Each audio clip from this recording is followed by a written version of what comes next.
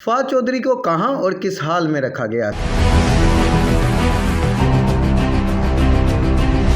साबिक वफाकी वजीर ने तहलका खेज इंकशाफ कर दिया।